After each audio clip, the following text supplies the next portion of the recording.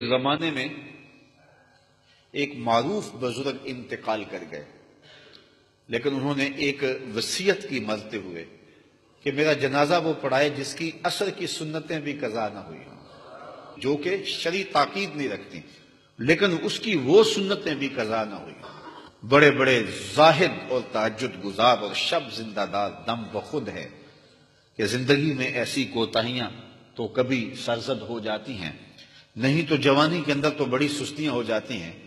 تو یہ اتنی کڑی شرط اور کون نبھائے گا؟ حضرت کا جنازہ پڑا ہے اور کوئی آگے بڑھنے کی ہمت نہیں کر رہا۔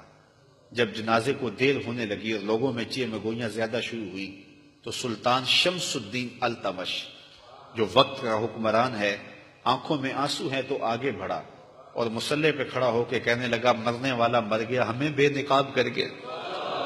یہ تھے حکمران، اور پھر ان کا جو روپ تھا دشمنوں پر اور ان کی جو قوت تھی دشمنوں پر، یہ ان کے کردار کی چمک تھی۔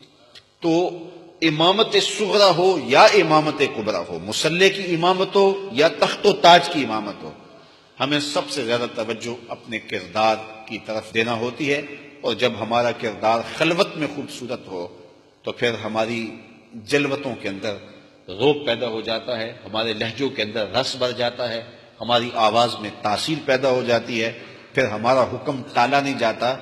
یا پھر حکم انسان کیا ٹالے گا، پھر تو زمین بھی حکم نہیں ٹالتی، پھر تو پہاڑ بھی راستہ دے دیتے ہیں۔ جب زلزلہ آتا ہے تو حضرت عمر مدینے میں کھڑے ہیں تو زمین کانپنے لگی ہے تو درہ زمین پہ مارتے ہیں اور کہتے ہیں زمین ٹھہر جا، کیا عمر نے تیری چھاتی پہ عدل نہیں کیا ہے؟ تو زمین ٹھہر جاتی ہے۔ وہ کردار کی چمک تھی۔ اور ایک لونڈی رو رہی ہے مدینے کی گلی میں، حضرت عمر گزرتے ہیں تو پوچھا کہ تم کیوں رو رہی ہو؟ اس نے کہا کہ ٹھوکر لگی اور جو میں تیل لے کے آ رہی تھی وہ بہہ گیا اور زمین میں جذب ہو گیا۔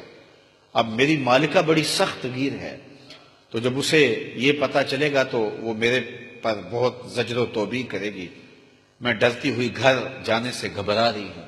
تو حضرت عمر نے درہ زمین پہ مارا اور زمین کو کہا زمین کیا عمر نے تیرے پہ عدل نہیں کیا اور تو میرے ہوتے ہوئے ایک لونڈی کا تیل جذب کر جائے؟ تو زمین نے فوراً تیل اگل دیا، کہا اس کو اپنے برتن میں ڈال لو۔ تو یہ عمر تھے رضی اللہ تعالیٰ عنہ کہ زمین بھی حکم مانتی تھی۔